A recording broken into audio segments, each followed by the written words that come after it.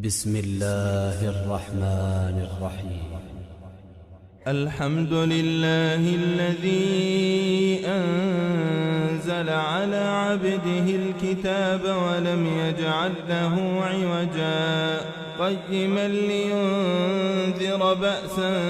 شديدا من لدنه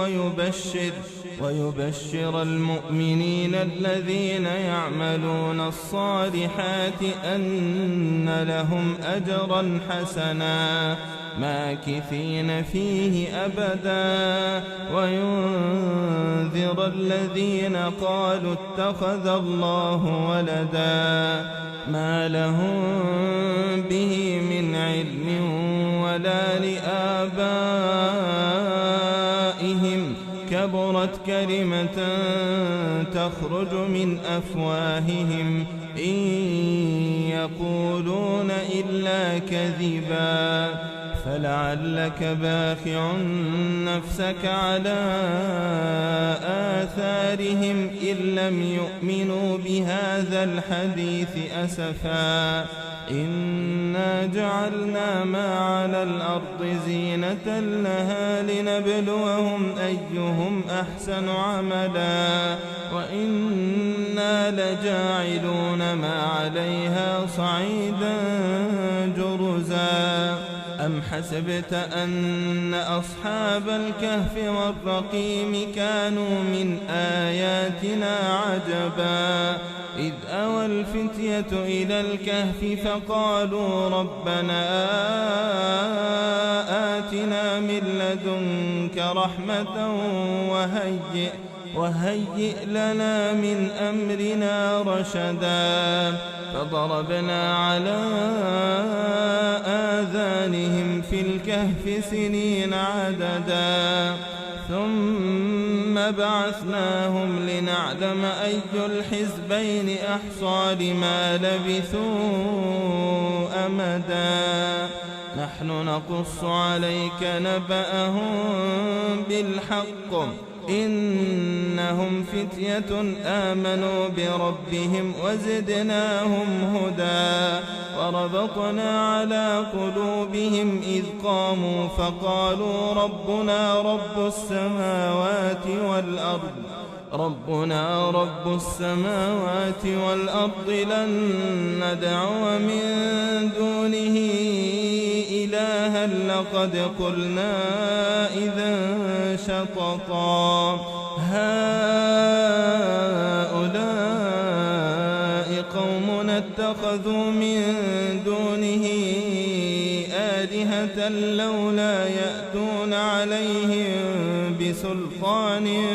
بين فمن أظلم ممن افترى على الله كذبا وإذا اعتزلتموهم وما يعبدون إلا الله فأووا إلى الكهف ينشر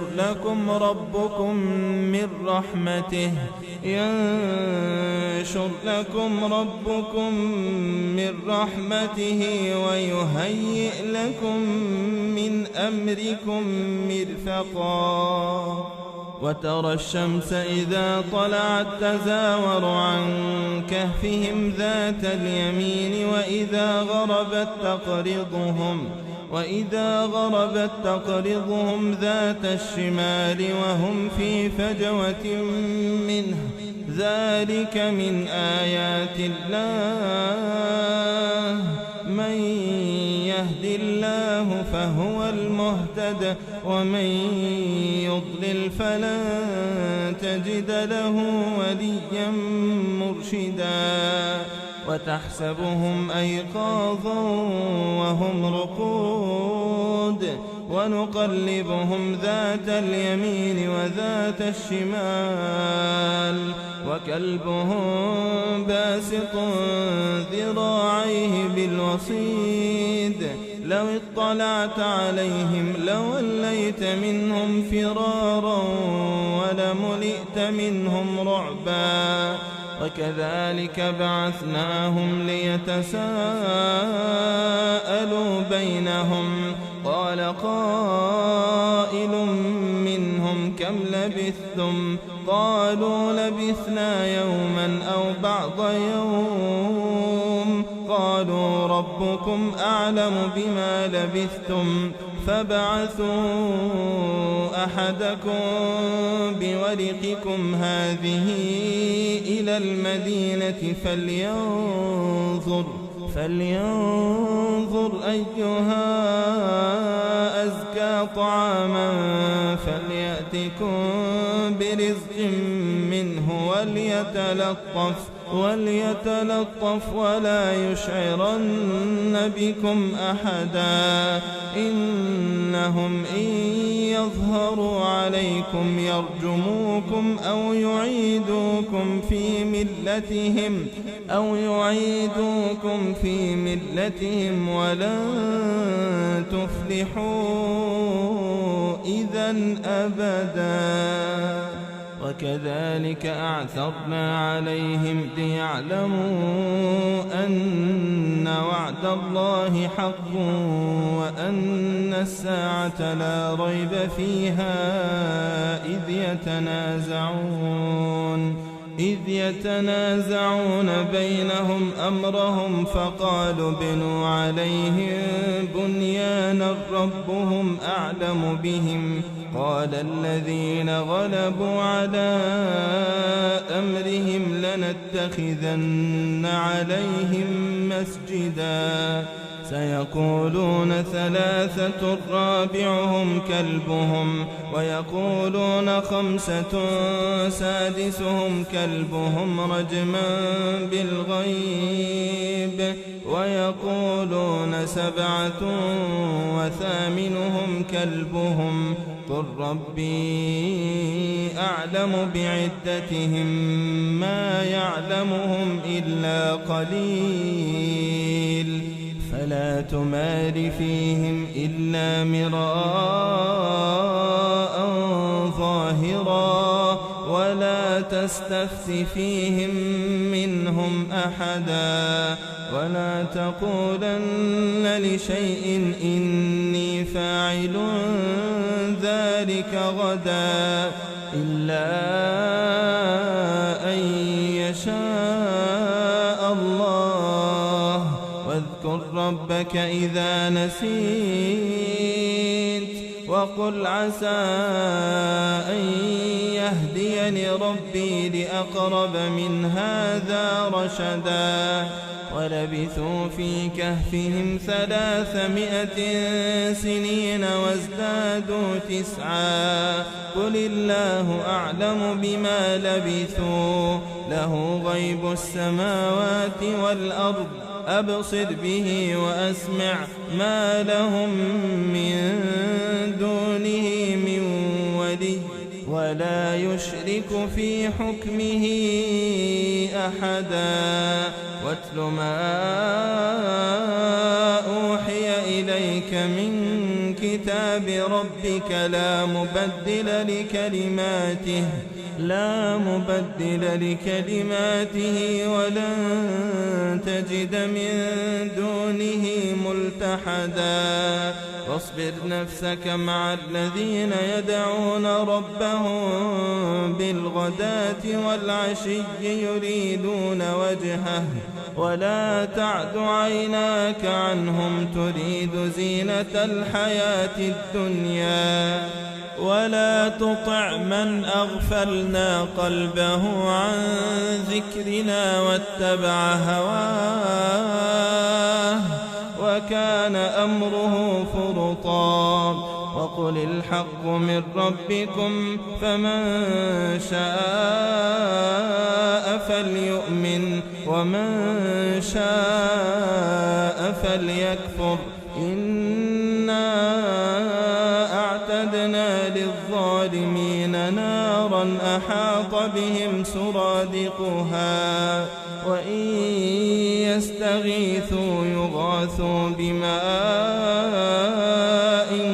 كالمهل يشوي الوجوه بئس الشراب وساءت مرتفقا إن الذين آمنوا وعملوا الصالحات إنا لا نضيع أجر من أحسن عملا. أولئك لهم جنات عدن تجري من تحتهم الأنهار يحلون فيها من أساور من ذهب ويلبسون ثيابا خضرا من سندس واستبرق متكئين فيها على الأرائك نعم الثواب وحسنت مرتفقا. واضرب لهم مثل الرجلين جعلنا لأحدهما جنتين من أعناب وحففناهما بنخل وجعلنا بينهما زرعا. كلتا الجنتين آتت أكلها ولم تظلم منه شيئا وفجرنا خلالهما نهرا. وكان له ثمر فقال لصاحبه وهو يحاوره أنا أكثر منك مالا وأعز نفرا. ودخل جنته وهو ظالم لنفسه قال ما أظن أن تبيد هذه أبدا وما أظن الساعة قائمة ولئن رددت إلى ربي لأجدن خيرا منها منقلبا. قال له صاحبه وهو يحاوره أكفرت بالذي خلقك من تراب ثم من نطفة ثم سواك رجلا لكن هو الله ربي ولا أشرك بربي أحدا. ولولا إذ دخلت جنتك قلت ما شاء الله لا قوة إلا بالله. إن ترني أنا أقل منك مالا وولدا فعسى ربي أن يؤتيني خيرا من جنتك ويرسل عليها حسبانا من السماء فتصبح صعيدا زلقا أو يصبح ماؤها غورا فلن تستطيع له طلبا. وأحيط بثمره فأصبح يقلب كفيه على ما أنفق فيها وهي خاوية على عروشها ويقول يا ليتني لم أشرك بربي أحدا ولم تكن له فئة ينصرونه من دون الله وما كان منتصرا. هنالك الولاية لله الحق هو خير ثوابا وخير عقبا. واضرب لهم مثل الحياة الدنيا كماء إن أنزلناه من السماء فاختلط به نبات الأرض فأصبح هشيما تذروه الرياح وكان الله على كل شيء مقتدرا. المال والبنون زينة الحياة الدنيا والباقيات الصالحات خير عند ربك ثوابا وخير أملا. ويوم نسير الجبال وترى الأرض بارزة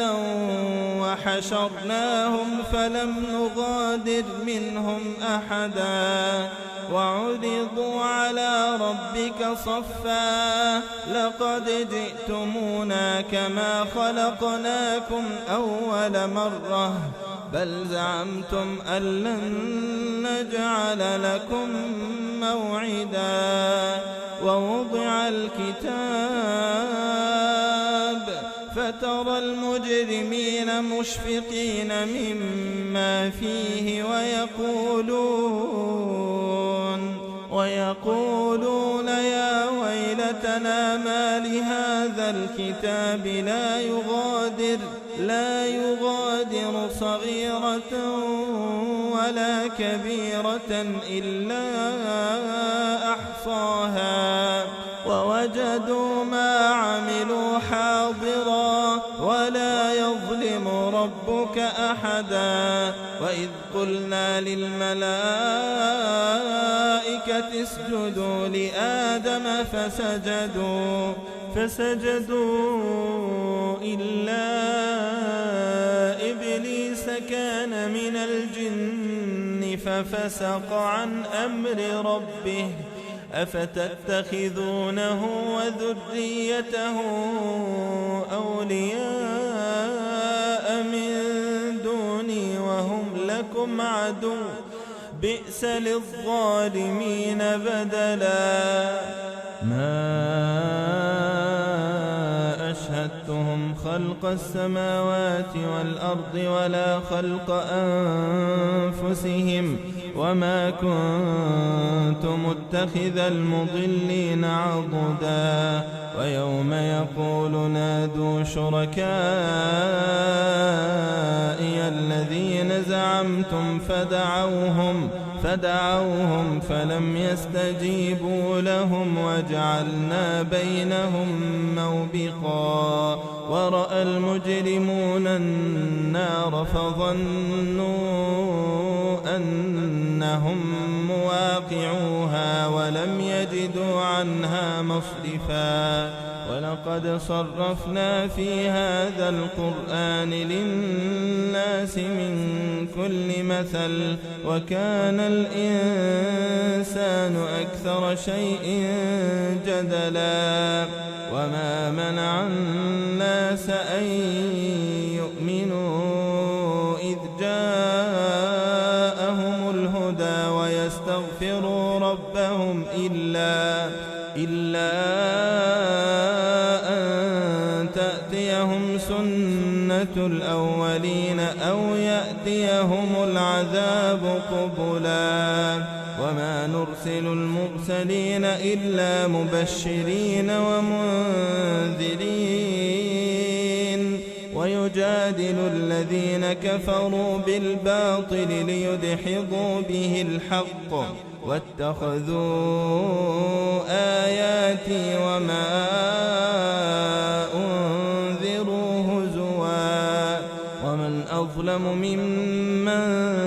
ذكر بآيات ربه فأعرض عنها ونسي ما قدمت يداه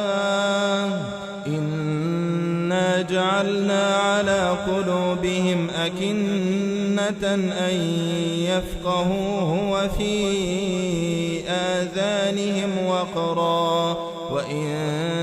تدعهم إلى الهدى فلن يهتدوا إذا أبدا. وربك الغفور ذو الرحمة لو يؤاخذهم بما كسبوا لعجل لهم العذاب بل لهم موعد لن يجدوا من دونه موئلا. وتلك القرى أهلكناهم لما ظلموا وجعلنا لمهلكهم موعدا. وإذ قال موسى لفتاه لا أبرح حتى أبلغ مجمع البحرين أو أمضي حقبا فلما بلغا مجمع بينهما نسيا حوتهما فاتخذ سبيله في البحر سربا. فلما جاوزا قال لفتاه آتنا غداءنا لقد لقينا من سفرنا هذا نصبا. قال أرأيت إذ أوينا إلى الصخرة فإني نسيت الحوت وما أنسانيه إلا الشيطان أن أذكره واتخذ سبيله في البحر عجبا. قال ذلك ما كنا نبغ فارتدا على آثارهما قصصا فوجدا عبدا من عبادنا آتيناه رحمة من عندنا وعلمناه من لدنا علما. قال له موسى هل أتبعك على أن تعلمني مما علمت رشدا. قال إنك لن تستطيع معي صبرا وكيف تصبر على ما لم تحط به خبرا. قال ستجدني إن شاء الله صابرا ولا أعصي لك أمرا. قال فإن اتبعتني فلا تسألني عن شيء حتى أحدث لك منه ذكرا. فانطلقا حتى إذا ركبا في السفينة خرقها قال خرقتها لتغرق أهلها لقد جئت شيئا إمرا. قال ألم أقل إنك لن تستطيع معي صبرا. قال لا تؤاخذني بما نسيت ولا ترهقني من أمري عسرا. فانطلقا حتى إذا لقيا غلاما فقتله. قال أقتلت نفسا زكية بغير نفس لقد جئت شيئا نكرا. قال ألم أقل لك إنك لن تستطيع معي صبرا. قال إن سألتك عن شيء بعدها فلا تصاحبني قد بلغت من لدني عذرا. فانطلقا حتى إذا أتيا أهل قرية استطعما أهلها فأبوا أن يضيفوهما فوجدا فيها جدارا يريد أن ينقض فأقامه قال لو شئت لاتخذت عليه أجرا قال هذا فراق بيني وبينك سأنبئك بتأويل ما لم تستطع عليه صبرا أما السفينة فكانت لمساكين يعملون في البحر فأردت أن أعيبها وكان وراءهم ملك يأخذ كل سفينة غصبا وأما الغلام فكان أبواه مؤمنين فخشينا أن يرهقهما طغيانا وكفرا فأردنا أن يبدلهما ربهما خيرا منه زكاة وأقرب رحما وأما الجدار فكان لغلامين يتيمين في المدينة وكان تحته كنز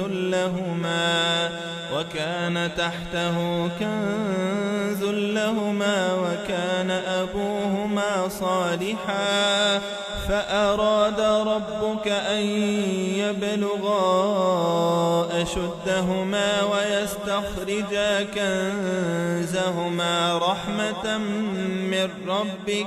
وما فعلته عن أمري ذلك تأويل ما لم تسطع عليه صبرا ويسألونك عن ذي القرنين قل سأتلو عليكم منه ذكرا إنا مكنا له في الأرض وآتيناه من كل شيء سببا فأتبع سببا حتى إذا بلغ مغرب الشمس وجدها تغرب في عين حمئة ووجد عندها قوما قلنا يا ذا القرنين إما أن تعذب وإما أن تتخذ فيهم حسنا قال أما من ظلم فسوف نعذبه ثم يرد إلى ربه فيعذبه عذابا نكرا وأما من آمن وعمل صالحا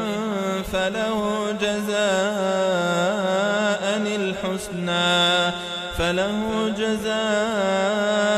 الحسنى وسنقول له من أمرنا يسرا ثم أتبع سببا حتى إذا بلغ مطلع الشمس وجدها تطلع على قوم لم نجعل لهم من دونها سترا كذلك وقد أحطنا بما لديه خبرا ثم أتبع سببا حتى إذا بلغ بين السدين وجد من دونهما قوما لا يكادون يفقهون قولا قالوا يا ذا القرنين إن يأجوج ومأجوج مفسدون في الأرض فهل نجعل لك خرجا على أن تجعل بيننا وبينهم سدا قال ما مكني فيه ربي خير فأعينوني بقوة أجعل بينكم وبينهم ردما آتوني زبر الحديد حتى إذا ساوى بين الصدفين قال انفخوا حتى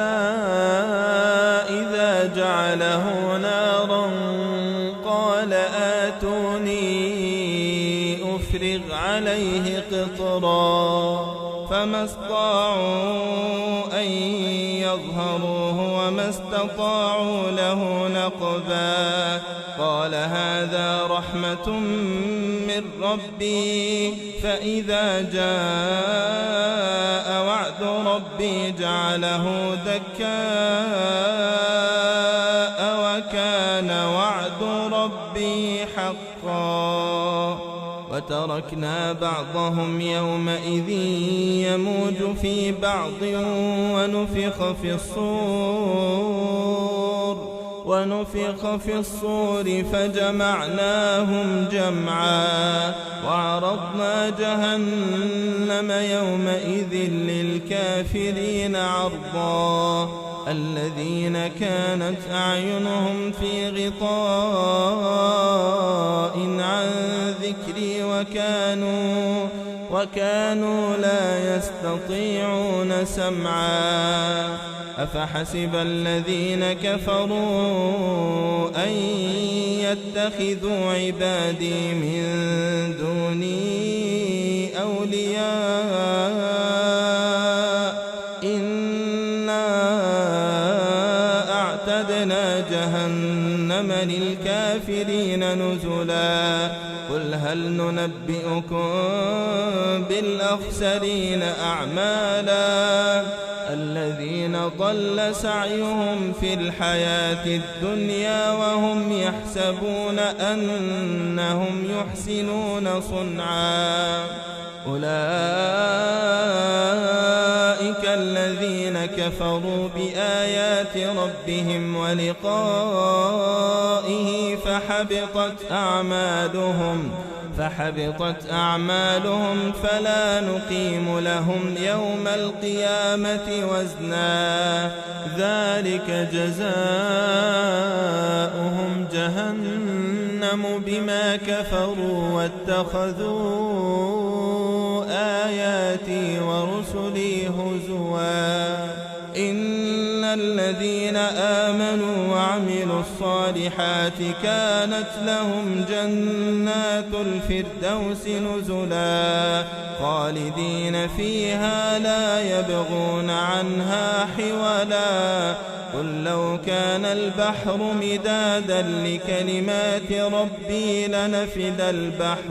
لنفد البحر قبل أن تنفد كلمات ربي ولو جئنا بمثله مددا قل إنما